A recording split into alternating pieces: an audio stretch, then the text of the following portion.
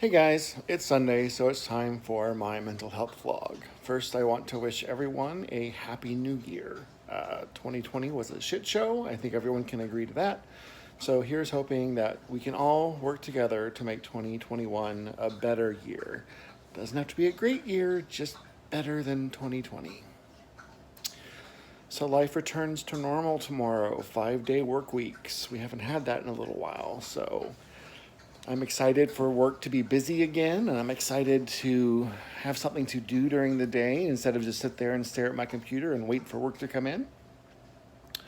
I'm excited for life to return to normal, whatever that is. I always like to say what is normal to the spider is chaos to the fly. So, whatever normal is.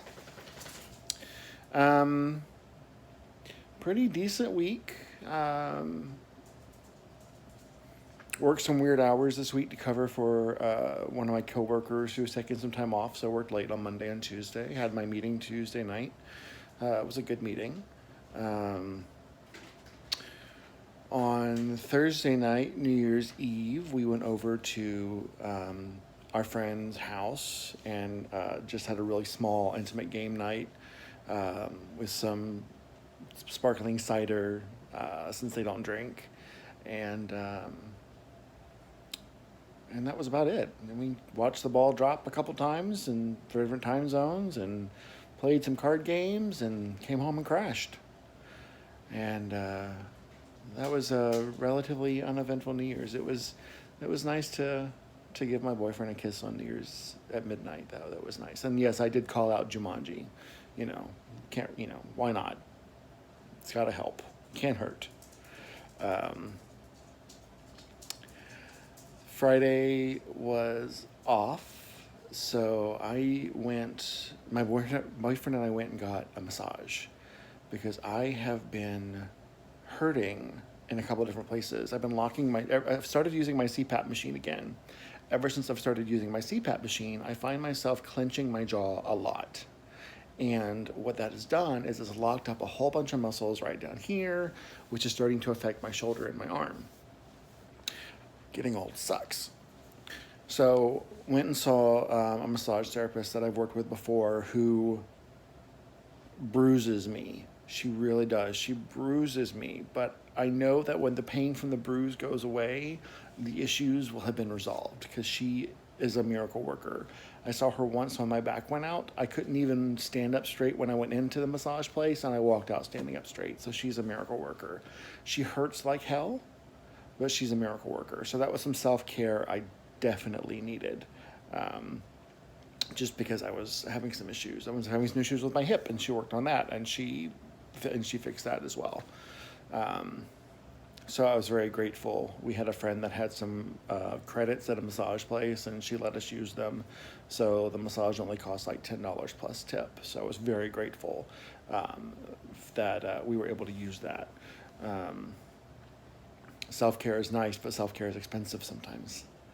Uh, Friday afternoon, we picked up my son. Went and got some tacos because I love tacos, and then came back here. And my visit with my son wasn't great this week. Um, he was really more interested in his iPad than spending time with me, and I don't want to be the bad guy. I know I need to be because that's parenting, but it's really hard when I only get to see my son for like basically 24 hours a week. And it's so easy for me to want to be the fun dad and do the fun things and let him do whatever he wants. But when he says, I'm going to go grab my iPad and watch it in the bedroom for a little bit, it really hurts.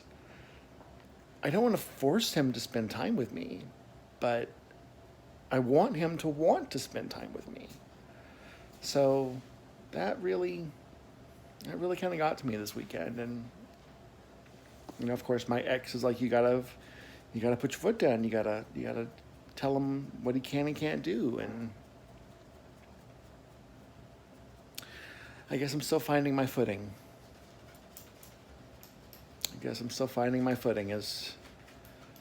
As as to how to get it, how to have him want to spend time with me, but still being a parent that lays down the law. Now, I've punished him before, and I've done the things I need to do. And if he's grounded at my ex's house, then that punishment carries over to the apartment when he stays over. So, I mean, I've done the stuff I know I need to do, but I guess I'm still letting him get away with too much. So, I want him to want to spend time with me. I got to figure out a way to make that happen, while still enforcing the rules but not being an asshole. It was different when there was two of us and we were in the same house together, and if he wanted to watch his iPad, he could watch his iPad. But now it's like, you only get one day with me, dude. I need you to want to spend time with me. I need us to want to bond and really continue that father-son relationship. So I worry I'm not doing it right. I think every parent worries to a point, but I think my biggest fear is him deciding he doesn't need me. So I think every parent goes through that, though. Saturday morning, we did do something really cool. We went to an art exhibit called Seismic. It's kind of an interactive, modern art exhibit. Lots of bright colors, lots of technology involved. It's here in Houston, and it was pretty cool. I really enjoyed it. My son really enjoyed it.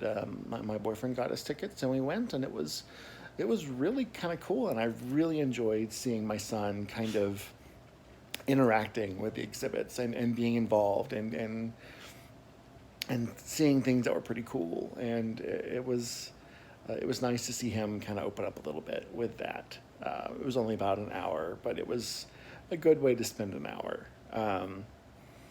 So definitely check out Seismic if you're in the Houston area. It's pretty cool. The rest of my weekend, I've been a sloth. My boyfriend and I have just been a sloth. We watched some TV last night, and for dinner we had like chips and snacky food. It was a good lazy night, and I undecorated. I took down all my Christmas decorations, and of course you have that moment of, wow, the apartment looks naked. Because you take the tree down, take the lights down, all the ornaments off the tree, and took the wreath off the door, and the Christmas cards I'd received, I took them down off the mirror, and it's kind of what jumpstarts the holiday blues, I think, when you see everything back to normal. And it's dark, and it's cold, and there's no upcoming holiday to really look forward to, except for Inauguration Day. Worried about that, too, because I am a Democrat. The rest of my family is not. I will be flying to see the rest of my family on Inauguration Day. So I'm very interested to see how that's going to go.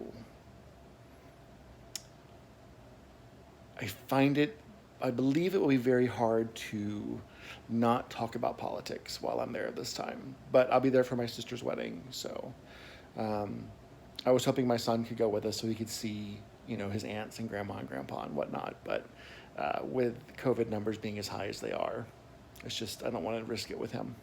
And we'll self-quarantine when we get back for 2 weeks, my boyfriend and I, but I just don't want to risk it for my son. And today we took Christmas decorations to my boyfriend's storage unit, so I have some more room in my apartment, which is nice. So that's pretty much been it. Gearing up for 2021, getting ready for things to return to normal tomorrow, making sure I'm doing my self-care.